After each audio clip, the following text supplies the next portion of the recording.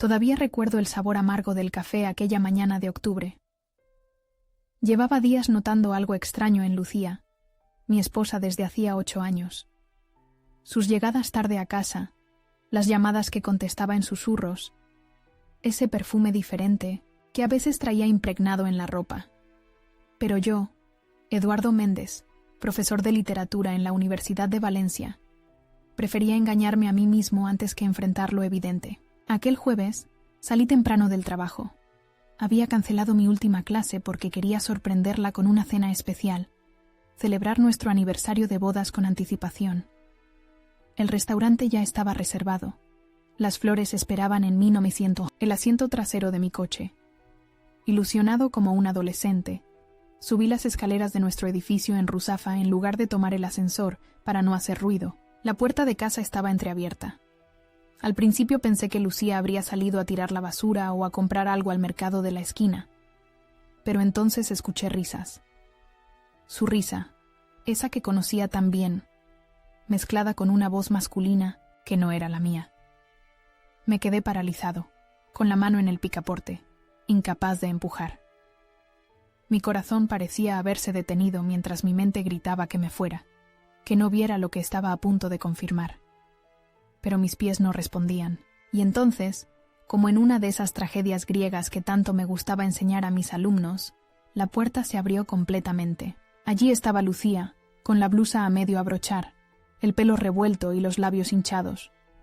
Detrás de ella, intentando esconderse torpemente, reconocí a Miguel, mi supuesto amigo, compañero del departamento de historia.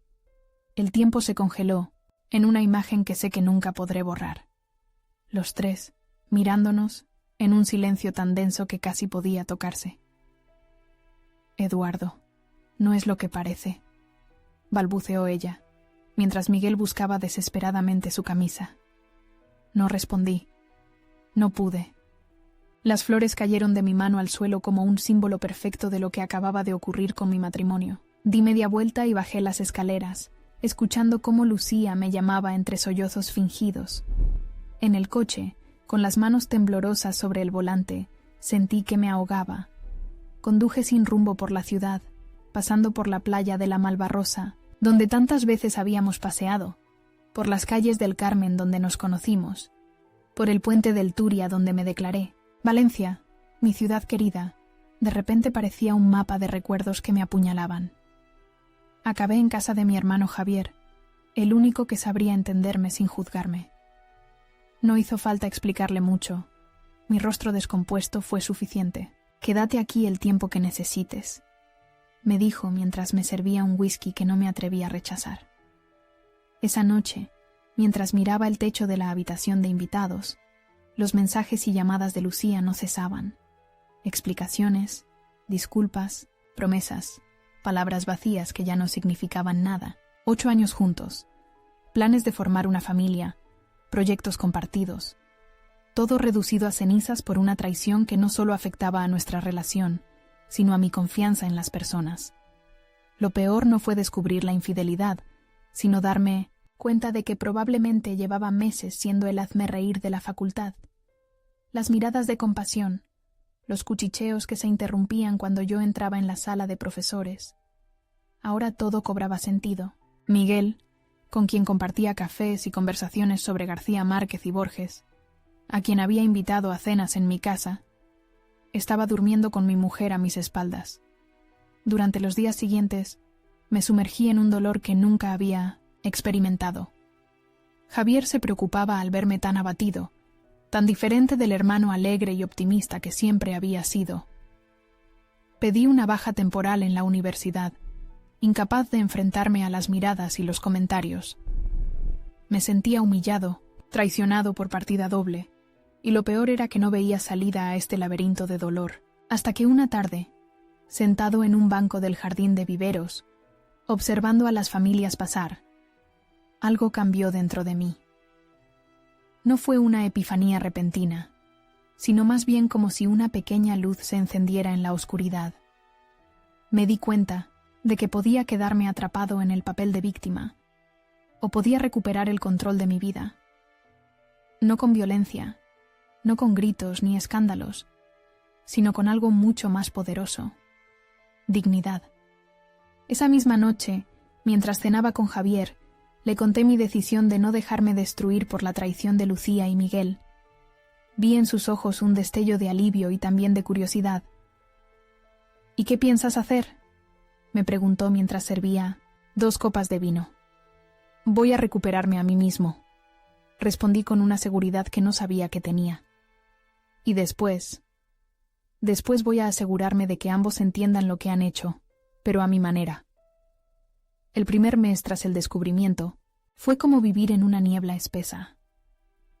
Me despertaba cada mañana con ese segundo de amnesia bendita antes de que la realidad me golpeara de nuevo. Javier me cedió su despacho para trabajar desde casa, evitándome así tener que cruzarme con Miguel en los pasillos de la facultad.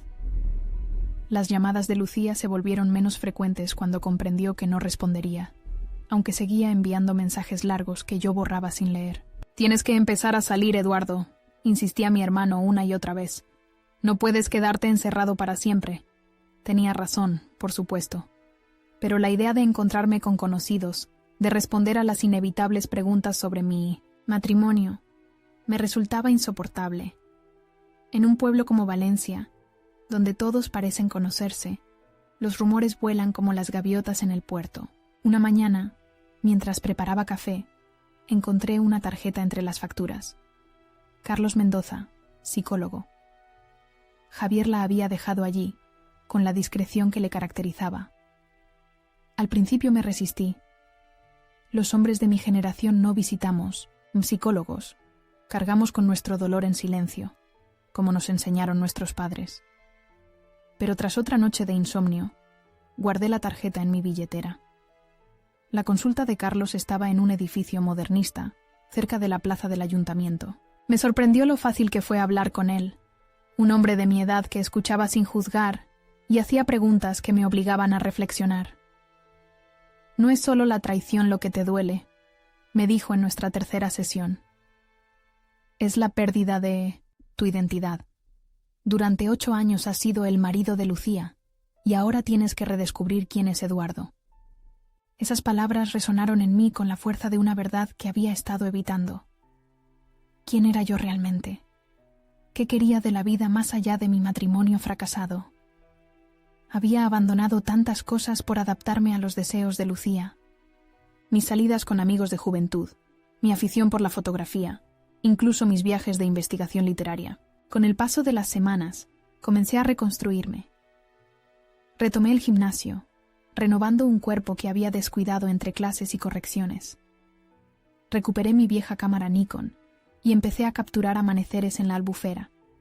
Contacté con antiguos, compañeros de universidad, sorprendiéndome al descubrir que muchos habían pasado por situaciones similares y que, lejos de juzgarme, me ofrecían su apoyo sincero. Una tarde, revisando el correo que había acumulado en casa de Javier, encontré una invitación para un congreso de literatura latinoamericana en Sevilla. En circunstancias normales, habría declinado. Siempre había sido Lucía quien me animaba a presentar mis investigaciones, mientras que yo prefería la comodidad de mis clases en Valencia. Pero algo había cambiado en mí. «Voy a ir», le anuncié a Javier durante la cena.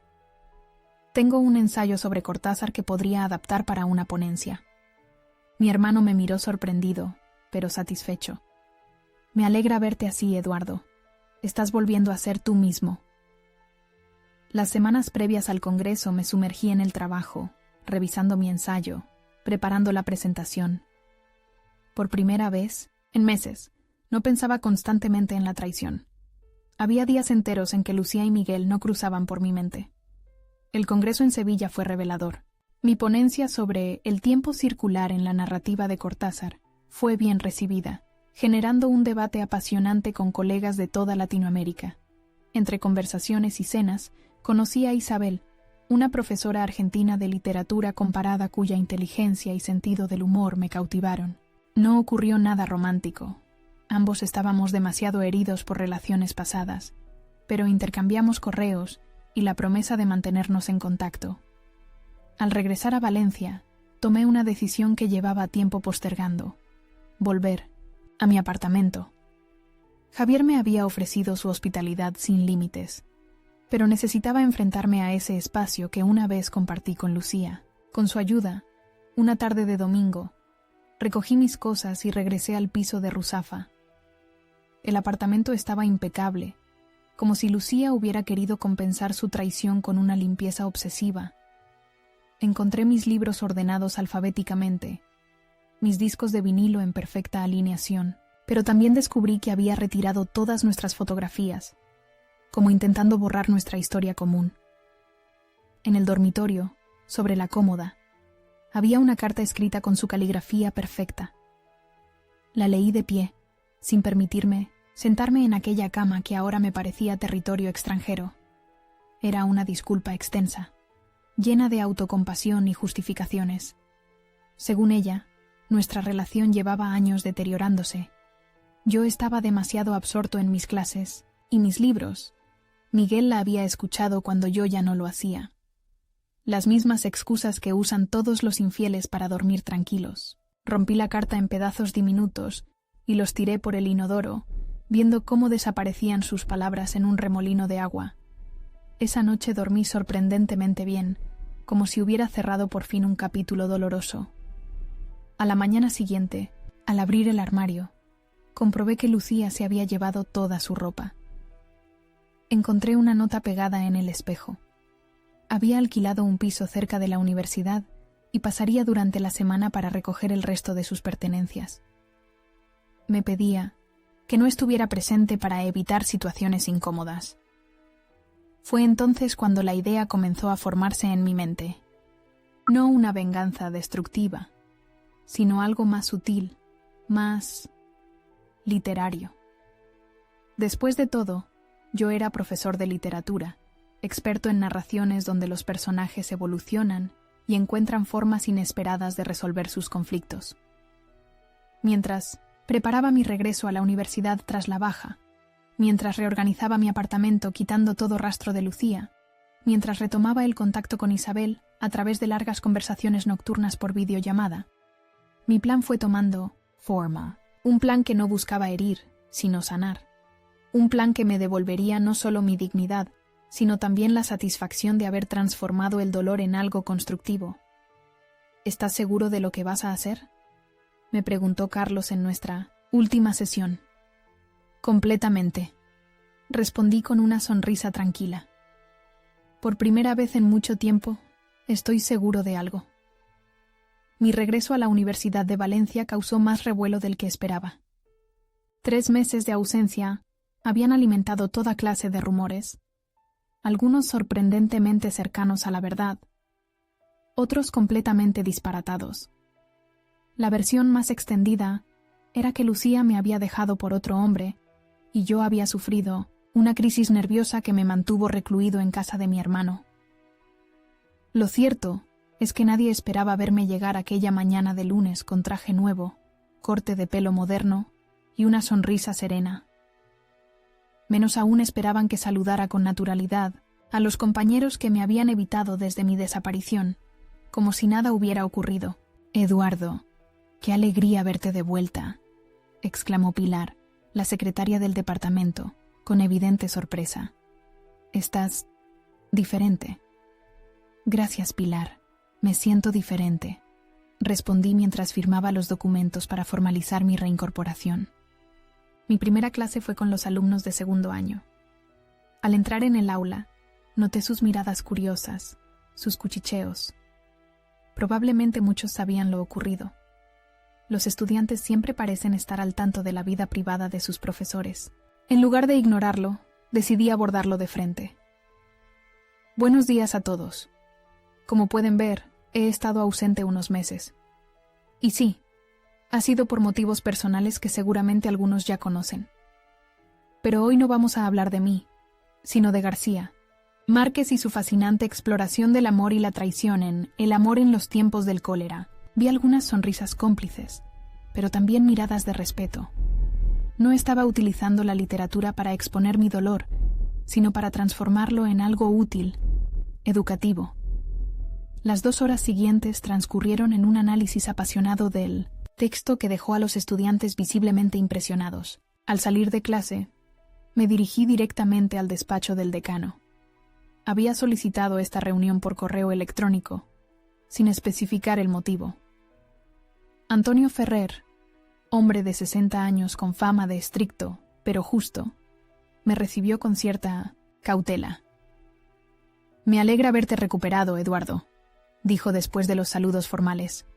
«¿En qué puedo ayudarte?» «Vengo a proponerle algo que creo beneficiará a la facultad», respondí con seguridad. «Quiero organizar un ciclo de conferencias sobre literatura y ética, los límites morales en la ficción contemporánea». Le expliqué mi propuesta. Un seminario interdisciplinar que combinara literatura, filosofía y psicología, componentes nacionales e internacionales. El broche final sería una mesa redonda sobre la traición como elemento narrativo y su impacto en la sociedad actual, para la cual ya había contactado con varios especialistas, incluida Isabel, mi colega argentina. «Es ambicioso», reconoció el decano, intrigado. «¿Cuándo quieres realizarlo?» «En 2 meses. Ya tengo avanzada la organización y cuento con apoyo de la Universidad de Buenos Aires gracias a mis contactos allí». No mencioné que dichos contactos se limitaban a Isabel y que nuestras conversaciones nocturnas habían derivado en este proyecto conjunto. El decano no necesitaba conocer esos detalles. «Tendrás que coordinarte con Miguel Álvarez para el uso de los espacios y recursos», dijo Antonio, probablemente para probar mi reacción. «Él es el responsable de actividades culturales este semestre». Sonreí con tranquilidad. Por supuesto, ya contaba con ello. Esa misma tarde, envié un correo formal a Miguel solicitando su colaboración para el ciclo de conferencias. Sabía que no podría negarse sin quedar en evidencia ante el decano y el resto de compañeros. Su respuesta llegó pocas horas después. Un escueto «cuenta con mi apoyo», que seguramente le había costado escribir. Mi plan se ponía en marcha. No se trataba de una venganza al uso, sino de algo más sofisticado. Iba a convertir mi dolor en un proyecto académico brillante, obligando a Miguel a colaborar en algo que indirectamente exponía su propia falta de ética. Y lo más importante, recuperaría mi prestigio profesional, demostrando a todos que Eduardo Méndez no era la víctima patética que muchos imaginaban.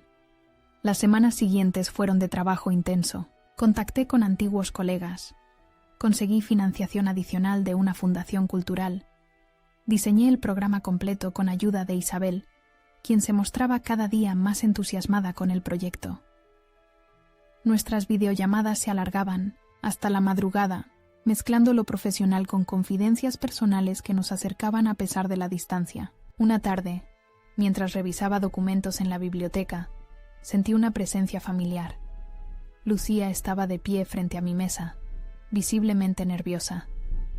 Era la primera vez que nos encontrábamos cara a cara desde aquel jueves fatídico.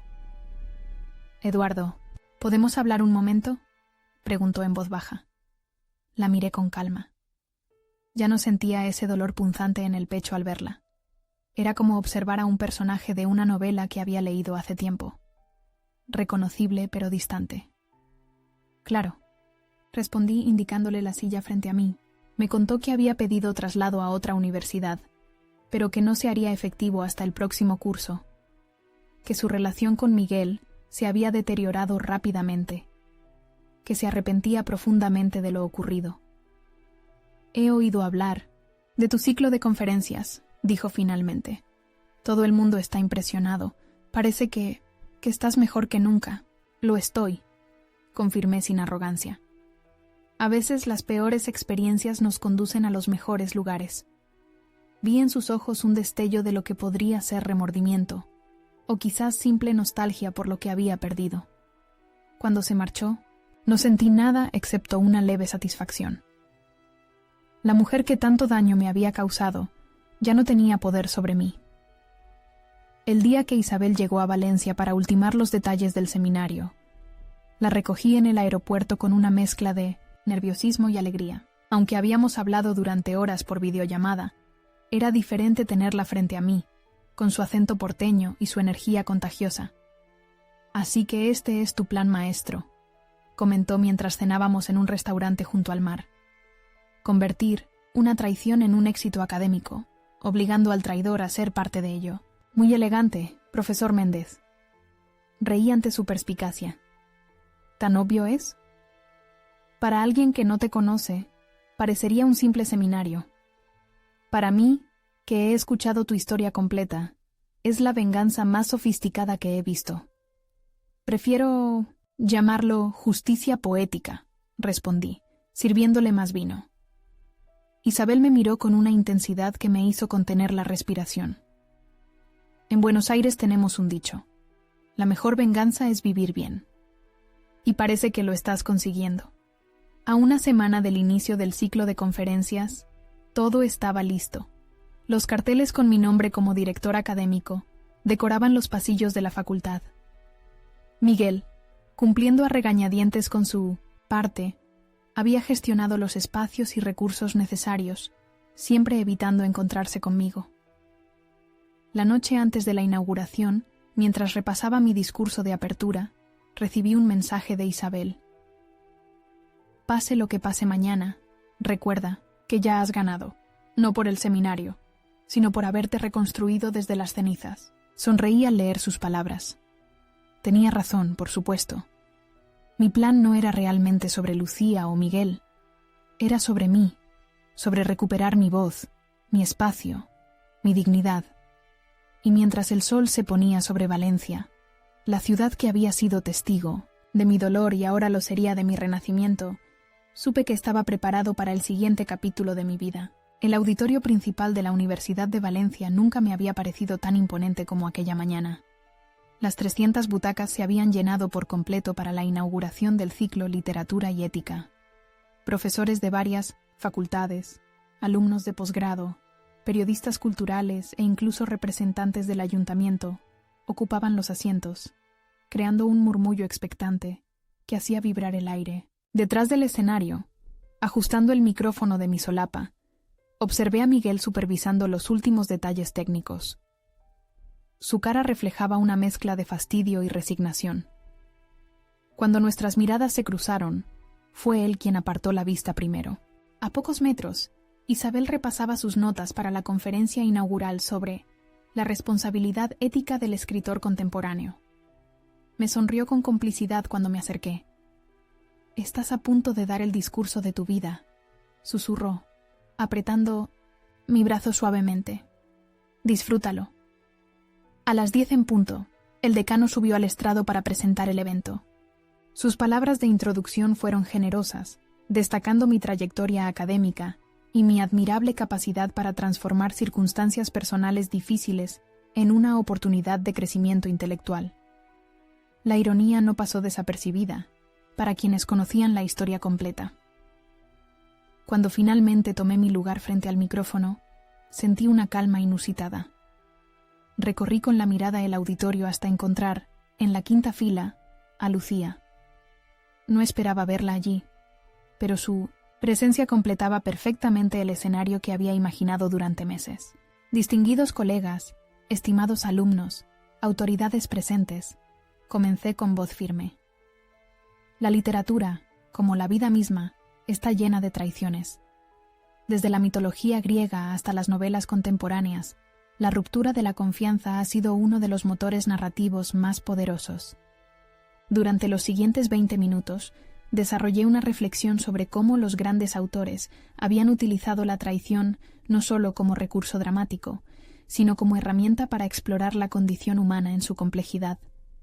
Cité a Borges, a García Márquez, a Vargas Llosa, a Cortázar, tejiendo una red de referencias que culminaba en una idea central. La traición, cuando es procesada adecuadamente, puede convertirse en un catalizador de transformación personal. Cuando Dante encontró a Beatriz, no sabía que su amor no correspondido inspiraría la Divina Comedia, concluí. Cuando Cervantes fue encarcelado injustamente, no imaginaba que esa experiencia contribuiría a crear a Don Quijote. A veces, el dolor nos conduce a lugares que nunca habríamos explorado voluntariamente, pero que pueden convertirse en nuestro mejor destino. El aplauso fue estruendoso. Vi a varios colegas ponerse de pie, a estudiantes comentar entusiasmados entre ellos, a periodistas tomar notas frenéticamente, pero lo que más disfruté fue la expresión de Miguel, obligado a participar en un evento que indirectamente lo señalaba como traidor, y la de Lucía, que parecía cada vez más pequeña en su asiento. La conferencia de Isabel fue brillante. Con su acento porteño y su estilo directo, cautivó al público explorando cómo la literatura latinoamericana había abordado cuestiones éticas en contextos de opresión y resistencia, cuando mencionó que la verdadera lealtad es a veces la que mostramos a nosotros mismos, incluso cuando el mundo espera que nos sacrifiquemos por falsas apariencias. Sentí que me miraba directamente a mí. El cóctel posterior al acto inaugural se celebró en el patio central de la facultad. Bajo los naranjos que perfumaban la tarde valenciana, recibí felicitaciones, propuestas de colaboración, incluso ofertas para publicar las ponencias en una editorial prestigiosa. Miguel, obligado por su cargo a estar presente, se mantenía en un rincón, bebiendo más vino del que acostumbraba. «Tu ex no deja de mirarte», comentó Isabel, acercándose con 2 copas de cava. «Parece que ha entendido lo que ha perdido». Lucía, en efecto, nos observaba desde el otro lado del patio. Ya no era la mujer segura que conocí, sino alguien visiblemente incómoda, fuera de lugar. Había escuchado rumores de que su relación con Miguel se había deteriorado rápidamente, como suele ocurrir con las pasiones construidas sobre la traición. «Ya no me importa», respondí sinceramente. «Hace tiempo que dejé de sentirme herido». Isabel brindó conmigo, sus ojos oscuros brillando con algo que iba más allá de la camaradería profesional. «Por la literatura como venganza», dijo en voz baja. Los días siguientes transcurrieron en un torbellino de actividades. Cada conferencia del ciclo atraía más público que la anterior. Los medios locales empezaron a cubrirlas, generando un interés que superaba el ámbito universitario. Miguel, que debía presentar a los ponentes en su calidad de responsable cultural, lo hacía con un entusiasmo cada vez más forzado, mientras yo, como director académico, recibía todos los elogios. A mitad de la semana, mientras preparábamos la mesa redonda sobre traición y redención en la literatura española, Miguel se acercó a mí en la sala de profesores, cuando estábamos solos. «¿Hasta cuándo va a durar esto, Eduardo?», preguntó con voz tensa. «Ya has dejado claro tu punto. Todos piensan que eres admirable y yo soy un miserable». Lo miré sin hostilidad, pero también sin concesiones. «Esto no va sobre ti, Miguel. Nunca fue sobre ti o sobre Lucía. Es sobre mí, sobre reconstruir lo que intentasteis destruir. Sabes perfectamente que este seminario es tu forma de humillarme públicamente», insistió. «Cada vez que tengo que presentar una charla sobre ética o lealtad, siento que todos me juzgan. Quizás deberías haberlo pensado antes de acostarte con mi esposa», respondí con calma. «Pero si te sirve de consuelo, ya no siento rencor. De hecho, debería agradecerte. Sin vuestra traición, nunca habría organizado este ciclo, nunca habría conocido a Isabel, nunca habría descubierto de lo que soy capaz». Su rostro se contrajo en una mueca difícil de interpretar. Parecía querer decir algo más, pero en ese momento entraron otros profesores y se alejó rápidamente. La noche antes de la clausura, Isabel y yo cenamos en mi apartamento. Había cocinado paella, siguiendo la receta tradicional que mi madre me enseñó, mientras ella preparaba un postre argentino. El vino y la conversación fluyeron con la naturalidad que habíamos desarrollado en estos días compartidos. «¿Qué harás cuando todo esto termine?», preguntó mientras recogíamos la mesa. «¿Cuando el ciclo acabe y yo vuelva a Buenos Aires?». La pregunta quedó flotando entre nosotros, cargada de posibilidades no expresadas. Me acerqué a ella, tomando sus manos entre las mías. «Eso depende», respondí. «¿Tienes compromisos urgentes en Argentina?». Isabel sonrió, entendiendo la invitación implícita. «Podría quedarme unas semanas más. La Universidad de Buenos Aires me ha dado cierta flexibilidad». «Entonces», dije, acercándola más a mí, «propongo que exploremos Valencia juntos. Y después, Tal vez sea mi turno de conocer Buenos Aires. Cuando nos besamos, sentí que un ciclo se cerraba y otro comenzaba. La traición que tanto me había dolido ahora parecía un simple desvío en un camino que me había llevado exactamente donde debía estar. La clausura del ciclo, literatura y ética, superó todas las expectativas. El gran auditorio no solo estaba lleno, había gente de pie en los pasillos y una pantalla en el vestíbulo para quienes no pudieron entrar. La mesa redonda final, titulada Traición y perdón, dos caras de la misma moneda, reunía a especialistas de prestigio nacional e internacional, incluyendo a Isabel, que moderaba con elegancia el debate. Desde mi asiento en primera fila, observaba con satisfacción cómo mi visión se había materializado por completo. El decano, sentado a mi lado, no paraba de susurrar comentarios sobre el impacto positivo que el evento había tenido para la facultad. Las autoridades del ayuntamiento ya habían propuesto convertirlo en un ciclo anual, con financiación municipal. Y varios medios culturales habían solicitado entrevistas para sus suplementos dominicales. «Has conseguido algo extraordinario, Eduardo», comentó el decano durante un breve receso. «No solo a nivel académico, sino también personal. Muchos en tu situación se habrían hundido». No necesitaba aclarar a qué situación se refería. Para entonces, toda la universidad conocía la historia de mi matrimonio y su trágico final. La diferencia era que ahora, en lugar de miradas de compasión, recibía expresiones de admiración. Al terminar el acto, mientras los asistentes disfrutaban de una copa de vino español en el claustro, noté que Lucía se acercaba. Llevaba semanas evitándome, y su presencia en la clausura me había sorprendido. Isabel, que conversaba conmigo, captó la situación inmediatamente. «Te dejo un momento», dijo, apretando suavemente mi mano antes de alejarse. Lucía parecía nerviosa, jugueteando con el programa del evento entre sus dedos. La estudié con curiosidad. Su cabello más corto, ojeras pronunciadas bajo el maquillaje, una fragilidad que no le conocía. «Felicidades por el éxito», comenzó, con voz insegura. «Todo el mundo habla de lo brillante que has sido». «Gracias», respondí con cortesía neutra, como si fuera una colega más, y no la mujer con quien había compartido 8 años de mi vida. «Eduardo, sé que es tarde para esto, pero necesito decírtelo», continuó tras un silencio incómodo. «Me equivoqué terriblemente. Lo que hice no tiene justificación. He arruinado lo más valioso que tenía». La miré sin emoción aparente, aunque sentía una extraña mezcla de compasión y desapego. Esta mujer, que tanto poder había tenido sobre mí, ahora parecía tan pequeña, tan ordinaria en su arrepentimiento. «¿Qué esperas que diga, Lucía?», pregunté con genuina curiosidad. «¿Que te perdono? ¿Que volvamos a intentarlo? ¿O solo buscas aliviar tu conciencia?» Sus ojos se humedecieron, pero no derramó ni una lágrima. Siempre había sido demasiado orgullosa para llorar en público. «No espero nada», respondió. «Solo quería que supieras que me arrepiento y que me alegra verte así, recuperado, exitoso, feliz».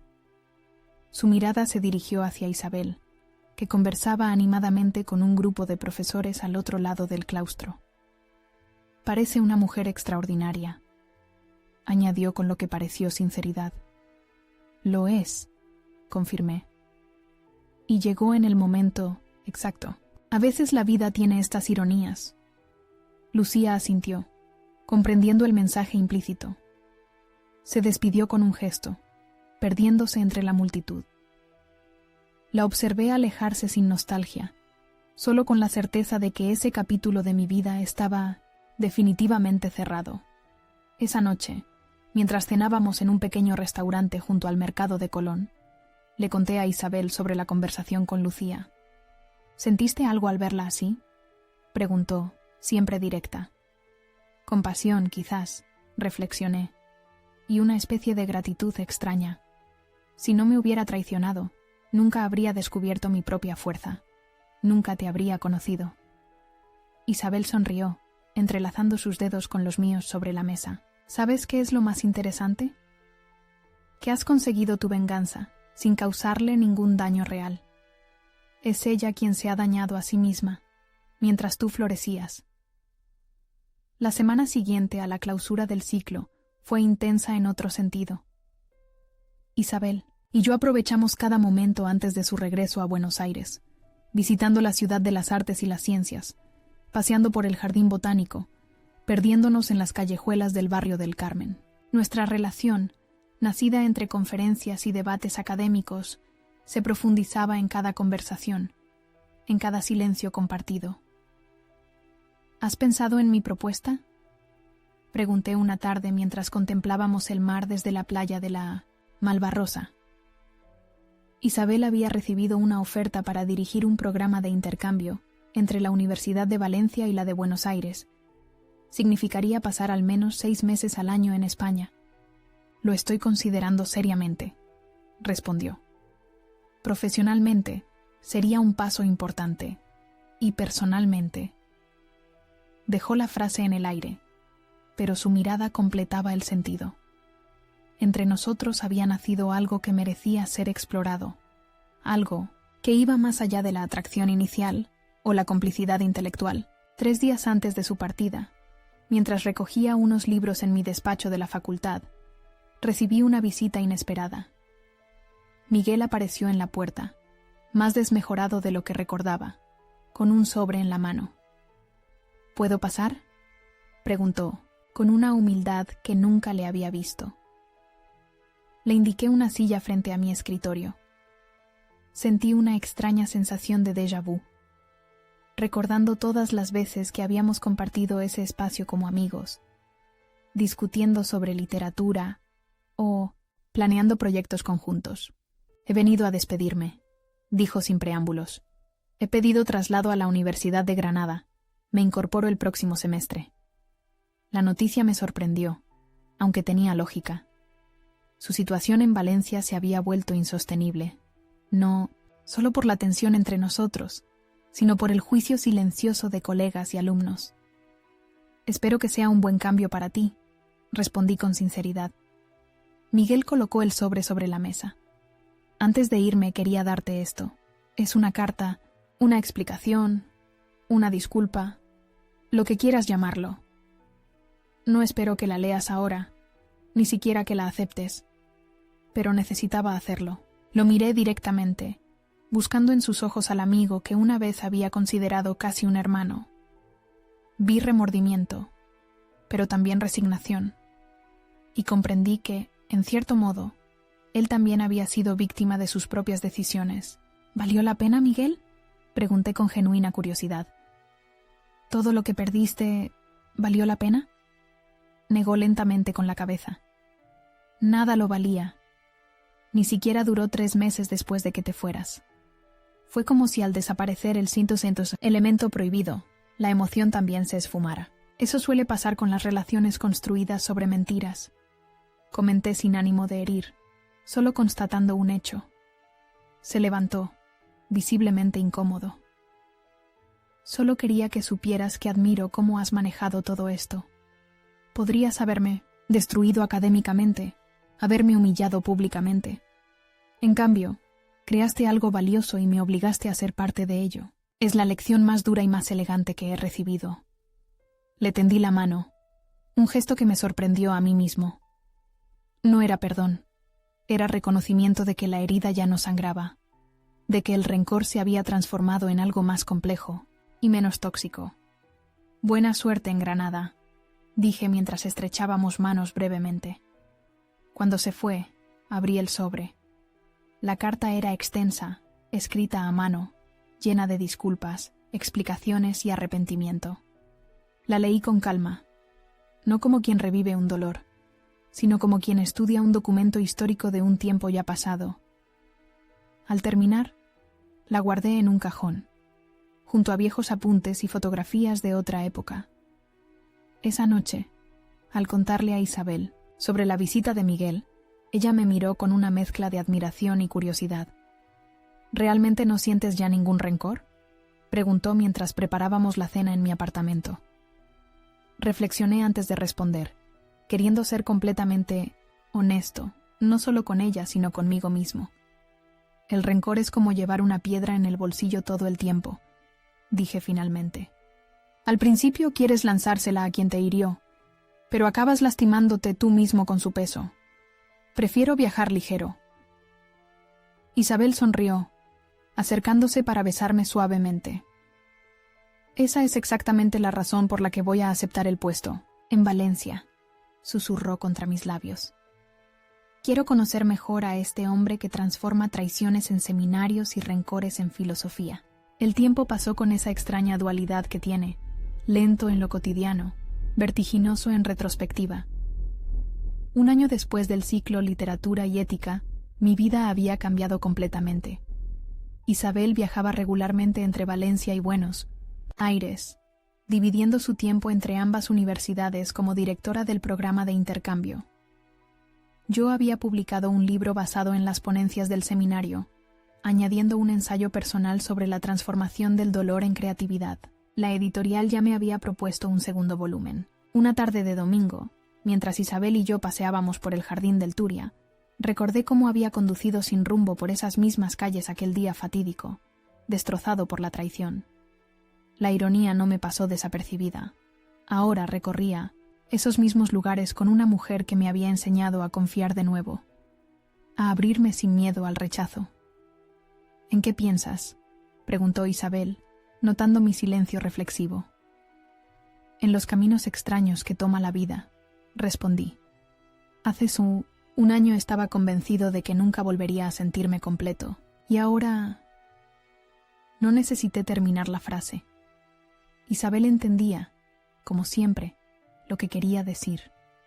Su capacidad para leer entre líneas, para captar los matices de mis silencios, era uno de los muchos motivos por los que cada día me enamoraba más de ella. Aquella noche, mientras cenábamos en la terraza de mi apartamento, nuestro apartamento, desde hacía 3 meses, recibí un correo electrónico que cambiaría de nuevo el rumbo de mi vida. La Universidad de Salamanca me ofrecía la cátedra de literatura hispanoamericana, un puesto que cualquier académico consideraría el culmen de su carrera. Es una oportunidad extraordinaria, comentó Isabel después de leer la propuesta. Salamanca tiene uno de los departamentos más prestigiosos de Europa. Significaría dejarlo todo aquí. Reflexioné. La facultad, los alumnos, Valencia. Isabel me miró con una mezcla de seriedad y picardía. ¿Sabes qué es lo bueno de dirigir un programa de intercambio internacional? Que puedo trabajar desde cualquier ciudad española. La decisión no fue inmediata, pero tampoco difícil.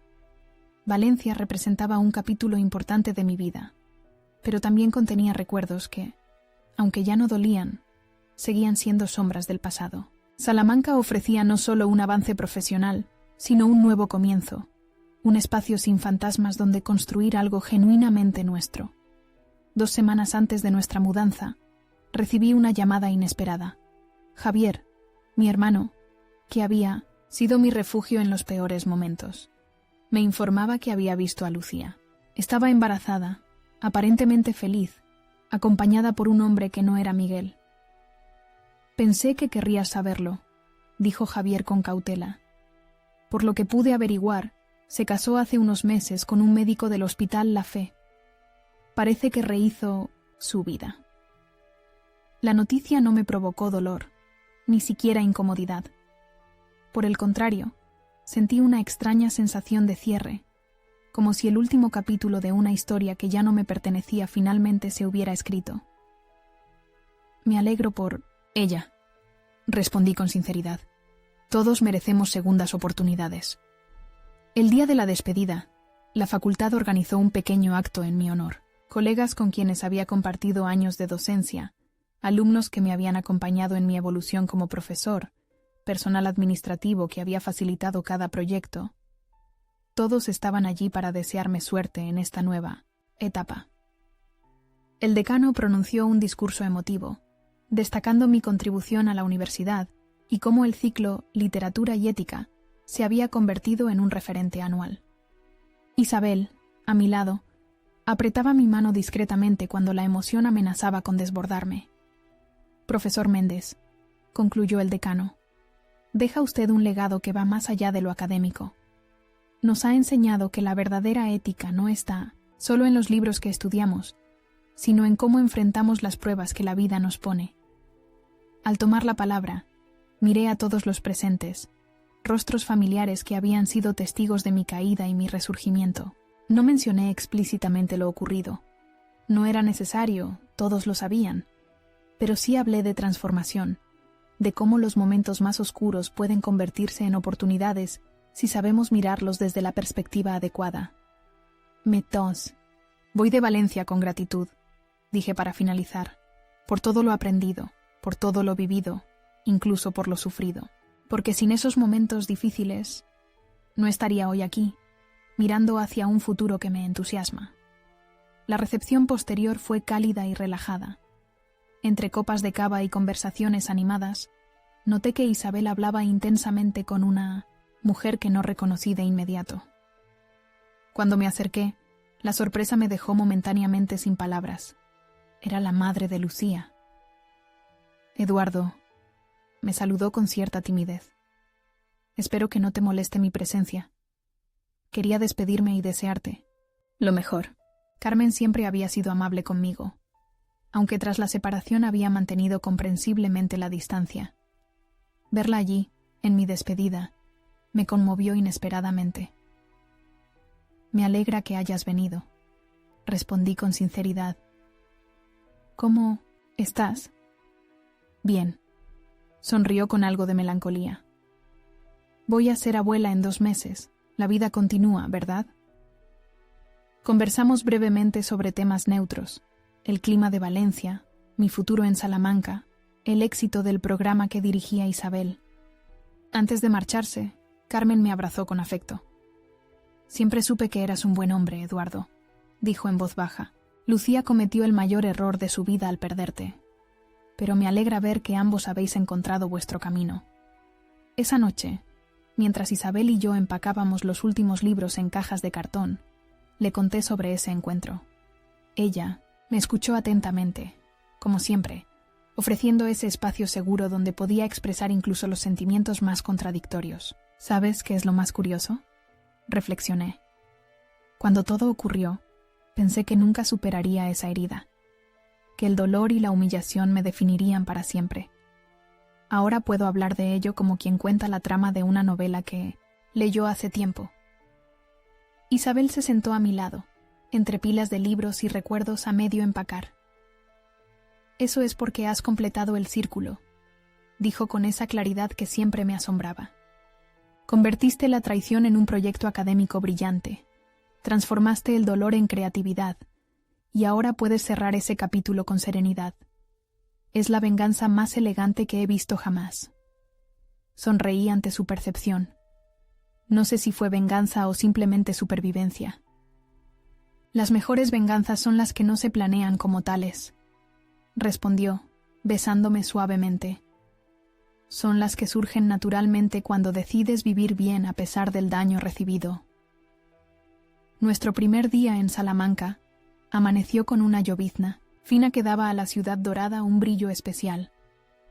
El apartamento que habíamos alquilado cerca de la Plaza Mayor estaba aún lleno de cajas por desempacar, pero ya se sentía como un hogar.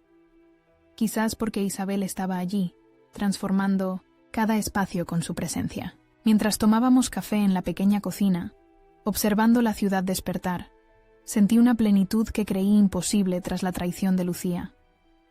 No era solo felicidad, era algo más profundo.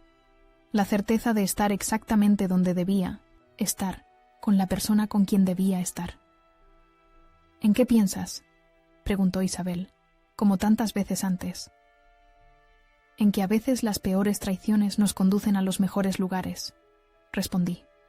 Si Lucía no me hubiera engañado con Miguel, nunca habría organizado el ciclo, nunca te habría conocido, nunca habría descubierto esta versión de mí mismo que me gusta tanto. Isabel sonrió, entendiendo perfectamente. Entonces, ¿podríamos decir que tu venganza perfecta fue, simplemente, ser feliz?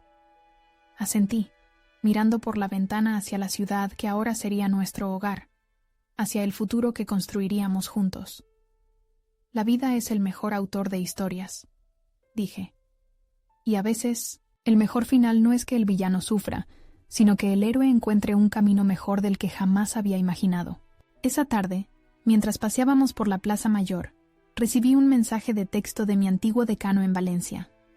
El próximo ciclo de Literatura y Ética incluiría una conferencia sobre mi libro. Y la persona encargada de presentarla sería, por petición propia, Miguel. Mostré el mensaje a Isabel, quien lo leyó con una ceja arqueada. «¿Cómo te hace sentir eso?», preguntó. Reflexioné un momento, buscando la respuesta más honesta. «Como si el círculo se hubiera cerrado perfectamente», respondí. «Como si la historia que comenzó con una traición hubiera encontrado su conclusión natural, no en la venganza, sino en la redención». Isabel entrelazó su brazo con el mío mientras continuábamos nuestro paseo. «Creo que eso merece un brindis», sugirió, «por los finales inesperados y los nuevos comienzos». Y así, bajo el cielo de Salamanca, con una mujer extraordinaria a mi lado y un futuro lleno de posibilidades por delante, comprendí que la mejor respuesta a la traición no había sido la venganza calculada que inicialmente planeé, sino la decisión de reconstruirme y seguir adelante. La verdadera victoria no estaba en hacer sufrir a quienes me lastimaron, sino en descubrir que podía ser más feliz sin ellos de lo que jamás fui con ellos. Esa, sin duda, era la venganza más dulce de todas.